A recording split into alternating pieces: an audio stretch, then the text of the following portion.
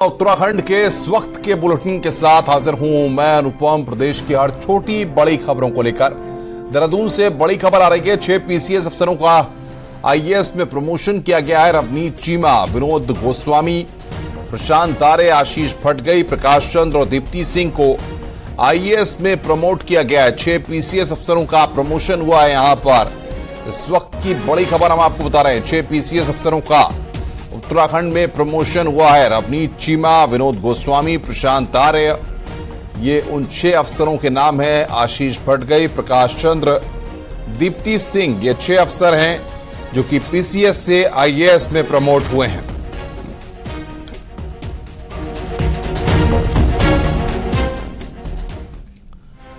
Uniform civil code को लेकर CM Pushkar Singh Dhami ने एक बार फिर कहा है कि इसी साल ही यूसीसी को लागू किया जाएगा। उन्होंने कहा कि जैसे ही ड्राफ्ट हमको मिलता है हम इस प्रक्रिया को आगे बढ़ाएंगे। सीएम धामी ने कहा कि इसी साल यूसीसी को लागू किया जाएगा।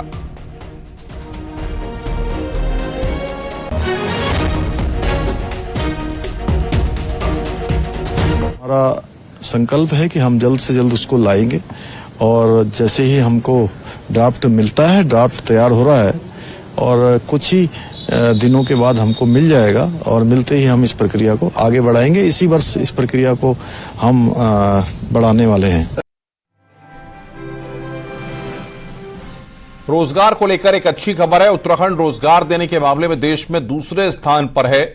2022 के मुकाबले 2023 में रोजगार में 28% अधिक रोजगार दिए गए। देश भर में कराए सर्वे में असम के बाद उत्तराखंड रोजगार देने के मामले में दूसरे स्थान पर है। सीएम पुष्कर सिंह धामी ने इसके लिए प्रदेश के युवाओं को बधाई दी है। इसके लिए सीएम धामी ने पीएम मोदी का आभार जताया है।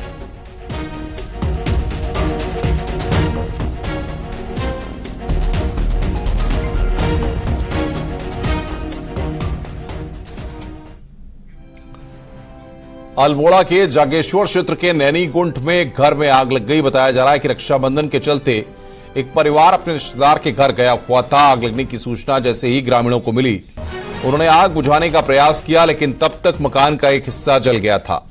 साथ ही उसमें रखा सामान भी जल गया था। आग लगने के कारणों का फिलहाल पता नहीं चल सका है। तो मकान में रखा सामान भी यहां पर जला है।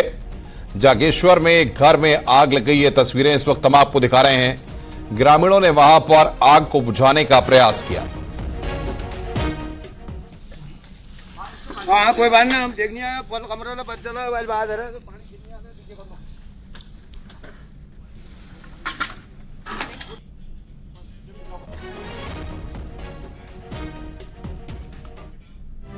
बद्रीनाथ धाम को गुरुवार को रंग बिरंगे फूलों के साथ साथ रंग बिरंगी लाइटों से भी सजाया गया। रंग बिरंगी लाइटों में बद्रीनाथ धाम का नजारा बेहद खूबसूरत नजर आ रहा है। मॉनसून की बारिश के बाद धाम में तीर्थयात्रियों का जमावड़ा लगा हुआ है। ऐसे में कई लोग भगवान बद्री विशाल के मंदिर को सजाने के लिए भी धाम आ रहे हैं। बद्रीनाथ धाम में सितंबर और अक्टूबर महीने में भव्य कथाओं का आयोजन भी किया जा रहा है। इसको लेकर भी तैयारी शुरू हो गई है। जगन्नाथ जी वही और मम्मी की तबीयत ठीक है? हाँ पापा। चंपावत के देवीधुरा में बग्वाल मेले का आयोजन हुआ। इस मौके पर मां बाराही देवी के मैदान में 4 खामों ने बग्वाल खेला।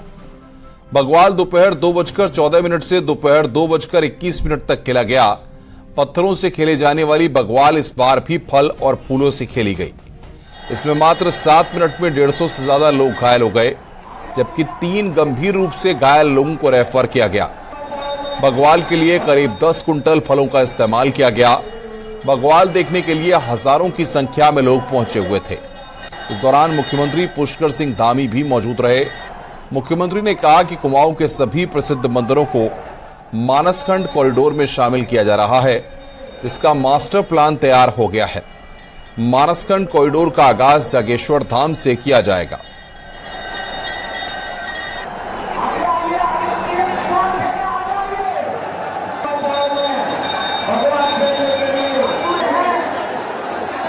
लगातार काम कर रहे हैं और जितने भी हमारे मंदिर हैं, जो हमारे प्रमुख मंदिर हैं, चाहे वो हमारे माँ बाराही का स्थान हो, माँ पूर्णागिरी का स्थान हो, बाबा गोरखनाथ का स्थान हो, माँ हिंगला देवी का स्थान हो, गोलू का स्थान हो, नीम करोड़ी बाबा का स्थान हो, या बागनाथ जी का स्थान हो, महाकाली मैया का स्थान हो, ऐसे सभी स्थानों को हर जिले में हमने मानसखंड मंदिर माला मिशन के अंतर्गत उन सभी को सम्मिलित किया है और उस पर मास्टर प्लान हमारा चालू हो गया है। जागेश्वर धाम से हरक सिंह रावत के ठिकानों पर हुई विजिलेंस की छापेमारी में बड़ी खबर आ रही है। बताया जा रहा है कि बुधवार को विजिलेंस की टीम की छापेमारी हाईकोर्ट के चीफ स्टैंडिंग काउंसिल के लेटर के बाद हुई है। बता दें कि कॉर्बेट नेशनल पार्क में अवैध निर्माण से जुड़ा यह पूरा मामला हाईकोर्ट में है, जिसको लेकर चीफ स्टैंडिंग चीफ काउंसिल ने सेक्रेटरी और फॉरेस्ट डिपार्टमेंट के अफसरों को लिखा है।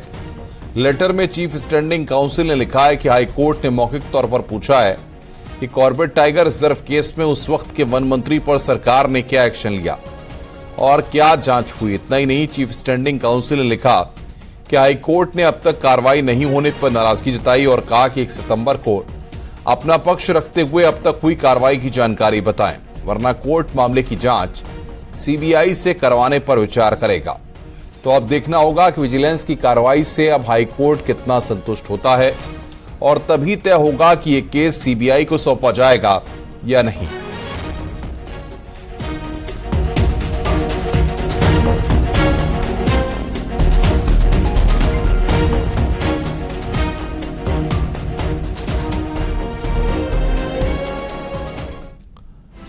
इधर विजिलेंस की छापेमारी को लेकर पूर्व मंत्री हरक सिंह रावत ने न्यूज 18 से खास बातचीत की और छापेमारी को षड्यंत्र करार दिया और विजिलेंस की छापेमारी पर खुलकर बातचीत की। मेरा कहना है विजिलेंस ने जो ये जनरेटर को लेके जो भी कुछ एक्शन किया है वो आपके नोटिस में नहीं था, ये तो बात साफ हुई। मंत्री जी, आप पे एक आरोप लगा है, जब आप फॉरेस्ट मिनिस्टर थे बीजेपी की सरकार में, कॉर्बेट के अंदर कुछ अवैध निर्माण को लेके इस तरीके का आरोप लगे और वो केस भी अभी कोर्ट्स में पेंडिंग है। मेरे पास एक चिट्ठी का एक अंश है जो ये 21 अगस्त की चिट्ठी है। 21 अगस्त को हाईकोर्ट में इस मामले की सुनवाई हुई थी और कोर्ट ने अपना एक ऑब्जर्वेशन दिया है। ये उत्तराखंड सरकार के स्टैंडिंग काउंसिल ने अपनी चिट्ठी में लिखा है कि कोर्ट ने ऑब्जर्वेशन दिया कि अब तक इस मामले में क्यों कुछ नहीं हो रहा है। अगर ये नहीं होगा तो हम 1 सितंबर यानी कि जब इसकी अगली तिथि है सुनवाई की, इसको क्यों ना सीबीआई को दे दें। तो आपको लगता है कि ये एक्शन होना, इसकी टाइमिंग और ये इस प्रकार का जो वहां मामला चल रहा है कोर्ट में, इनका कोई रिलेशन है? देखिए, मैं बिल्कुल संज्ञान में नहीं है। पाखरो टाइगर सफारी वन मंत्री के रूप में जो पत्रावलियां मेरे पास आई, देखिए उनको मैंने नियमों के तहत हमने किया, भारत सरकार से परमिशन ली, वाइल्ड लाइफ बोर्ड के से परमिशन ली। बिना वाइल्ड लाइफ बोर्ड के आप क्या सोचते हैं? बिना वाइल्ड लाइफ बोर्ड की भारत सरकार की परमिशन नहीं होती तो आप क्या एक पेड़ क्या एक ईंट नहीं लगा सकते कॉर्बेट के अंदर? जी, अब 2016 में आप कांग्रेस का सरकार का हिस्सा थे, हरीश रावत मुख्यमंत्री थे, आपने बगावत करी, उसके बाद अब बीजेपी में गए, फिर एक पूरा लंबा चैप्टर है, स्टिंग ऑपरेशन में बहुत कुछ चीजें हुई। एक सीबीआई ने एक फाइल खोली है, उस समय जो स्टिंग ऑपरेशन हुआ था उसमें हरीश रावत जो पूर्व मुख्यमंत्री हैं वो भी आरोपी हैं, साथ में आप भी आरोपी हैं। क्या आपको लगता है कि इसके बाद ये जो विजिलेंस का एक्शन हुआ है अब उसकी भी परतें खुल सकती हैं?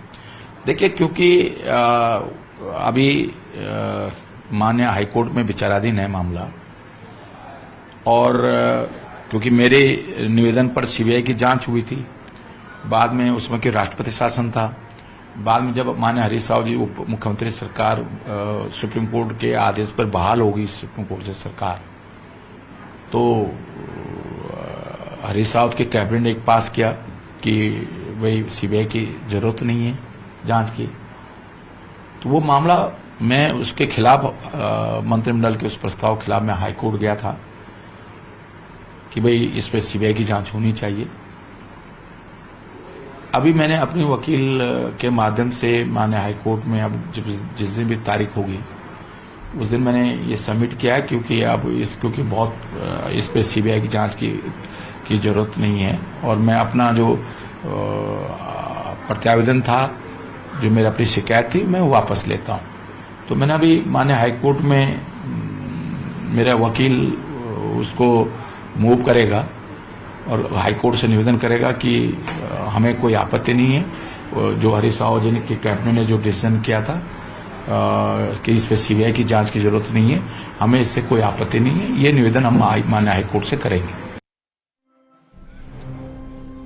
कांग्रेस नेता हरक सिंह रावत के ठिकानों पर विजिलेंस ने छापेमारी की है।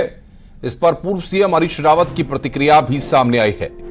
हरीश रावत का कहना है कि उन्हें अभी इस मामले की पूरी जानकारी नहीं है, इसलिए कुछ कह नहीं सकते। हरीश रावत ने कहा कि बीजेपी जिस करप्शन की बात कर रही है वो उनकी ही सरकार में हुआ है, पर बीजेपी को आज करप्शन याद आया जब हरक सिंह कांग्रेस में आ गए। कल तक वो सरयू के पानी से धुले हुए थे और अब अपवित्र हो गए। हरीश रावत ने यह बात बागेश्वर में कही।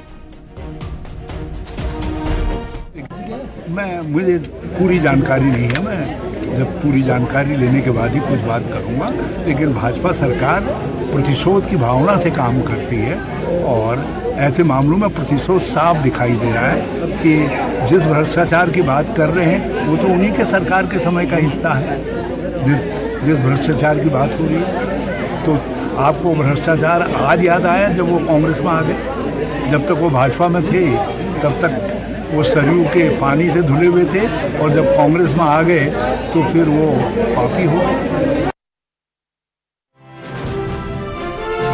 बागेश्वर उपचुनाव अंतिम दौर पर पहुंच रहा है। उपचुनाव में जीत दर्ज करने के लिए बीजेपी और कांग्रेस एड़ी चोटी का जोर भी लगाए हुए हैं। असल में लोकसभा चुनाव से ठीक पहले हो रहे बागेश्वर उपचुनाव को लिटमस टेस्ट भी माना जा रहा है।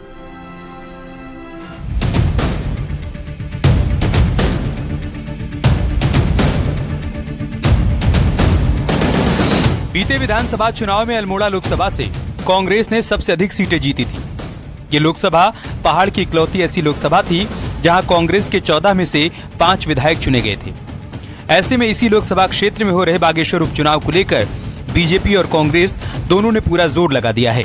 बीजेपी की पूरी कोशिश है कि उपचुनाव कमल के नाम कर जीत के सिलसिले को यूं ही लोकसभा चुनाव तक बरकरार रखा जाए। देखिए, चुनाव तो चुनाव होता है, चुनाव चुनौती भी होता है, लेकिन सकारात्मक ये है कि राज्य सरकार बहुत अच्छा काम कर रही है और चंद्र राम जी का अपना जनाधार काफ़ी है और जन जन के प्रिय नेता रहे हैं वो। उनकी पत्नी को टिकट दिया है। विधानसभा की गणित को देखा जाए तो बागेश्वर उपचुनाव के नतीजों से न तो सरकार की सेहत पर कोई फर्क पड़ना है, न ही विपक्ष को बहुत कुछ हासिल होना है। फिर उपचुनाव के नतीजों का अल्मोड़ा लोकसभा सीट पर सीधा असर पड़ना तय माना जा रहा है।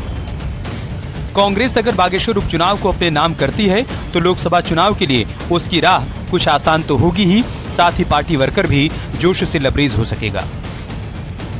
बागेश्वर का उपचुनाव हो, चाहे लोकसभा का उपचुनाव हो, लोकसभा का चुनाव हो, कांग्रेस पूरी तरतबता के साथ और पूरी मजबूती के साथ इस चुनाव को लड़ेगी। और जैसा मैंने कहा, देश बदलाव चाहता है, परिवर्तन चाहता है। उत्तराखंड में 2014 के बाद कांग्रेस लगातार बीजेपी से मात खाती आई है। 2 लोकसभा चुनाव के साथ ही विधानसभा चुनाव में भी उसे बुरी तरह हार का मुंह देखना पड़ा। ऐसे में अब कांग्रेस किसी भी तरह जीत का स्वाद चखना चाहती है, लेकिन बीजेपी की मजबूत किलेबंदी कांग्रेस की राह का सबसे बड़ा रोड़ा है। न्यूज 18 के लिए किशन जोशी के साथ विजय वर्धन उप्रेती की रिपोर्ट। वन भूमि में अतिक्रमण को लेकर रामनगर वन प्रभाग ने 53 लोगों को नोटिस दिए हुए हैं। कालाडूंगी और रामनगर के इन अतिक्रमणकारियों में 9 ने लीज रिन्यूअल के पेपर रामनगर वन प्रभाग को जमा करा दिए हैं। ऐसे में 44 लीज होल्डर इनकी लीज का रिन्यू नहीं हुआ है, परेशान घूम रहे हैं। ऐसे में इन्होंने अब 2 सितंबर को बाजार बंद करने का ऐलान कर दिया है।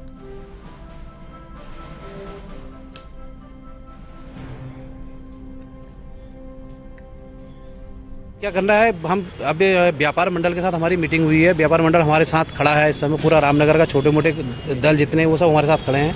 इसको देखते हुए हम लोगों ने यहाँ पे 2 तारीख को पूरा शहर बंद करने का निर्णय लिया हुआ है।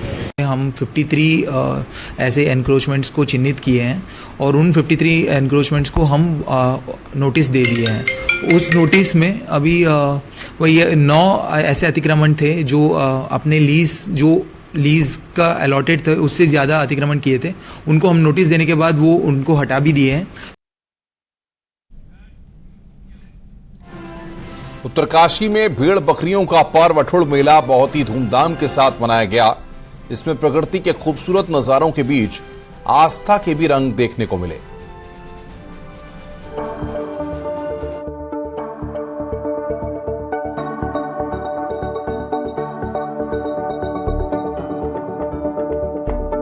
उत्तरकाशी के सीमांत गांव पाली में 8 साल बाद भेड़ बकरियों का पर्व अठुड़ मेला बड़े धूमधाम से मनाया गया। बुग्यालों से वापस लौटकर आई सैकड़ों भेड़ बकरियों ने मंदिर परिसर की 7 बार परिक्रमा की। इस अद्भुत पल को देखने के लिए बड़ी संख्या में लोग भी मौजूद थे। इस मौके पर खुद सूबे के कृषि मंत्री भी ग्रामीणों के साथ मौजूद रहे। उन्होंने इस मेले को राज्य मेला घोषित करने की घोषणा की। क्योंकि किसी भी समाज की पहचान उसकी सांस्कृतिक विरासत से होती है और सांस्कृतिक विरासत को जिंदा रखने के लिए इस प्रकार के आयोजनों का होना बहुत जरूरी है। इस अवसर पर एक मांग की गई कि इसको राज्य मेला घोषित किया जाए। मैंने उसकी भी घोषणा की है माननीय मुख्यमंत्री से बातचीत कर। बुग्यालों में 6 माह रहने के बाद ग्रामीणों की भेड़ बकरियां गांव पहुंचती हैं। मान्यता है कि जो श्रद्धालु भेड़ बकरियों के साथ मंदिर परिसर में परिक्रमा करने के अलावा समेश्वर देवता के दर्शन करते हैं, उनकी मनोकामनाएं पूरी होती हैं। अठुड़ मेला पूरे 8 साल बाद आयोजित हुआ, जिसमें लोक संस्कृति की अनोखी छटा भी देखने को मिली और इस दौरान ग्रामीण भी भक्तिमय माहौल में जमकर झूमते नजर आए। ये हमारा पौराणिक मेला है जो समेश्वर महादेव के उससे मनाया जाता है और ये हर तीसरे साल लगता है। बीच में हमारे थोड़ा मंदिर का काम चल रहा था, इसलिए जो है थोड़ा विलम्ब से हुआ है। मैंने पहली बार अपने जिंदगी में ऐसा अनुभव किया है। पहली बार ऐसा भेड़ों की जात्रा देखी है कि देवता के पीछे पीछे वो सत्य है, वो आज भी देवताओं की शक्ति है, देवभूमि की शक्ति है जो बनी हुई है और सबको बहुत सुंदर आनंद आया और ऐसा ही सब भाईचारा प्रेम बना रहेगा। उत्तराखंड में इस तरह के कार्यक्रमों से लोगों का लगाव लोक संस्कृति और प्रकृति के प्रति दिखाई पड़ता है और सरकार को भी इस तरह के कार्यक्रमों को प्रोत्साहन देने की जरूरत है। न्यूज़ 18 के लिए उत्तरकाशी से बलवीर परमार की रिपोर्ट।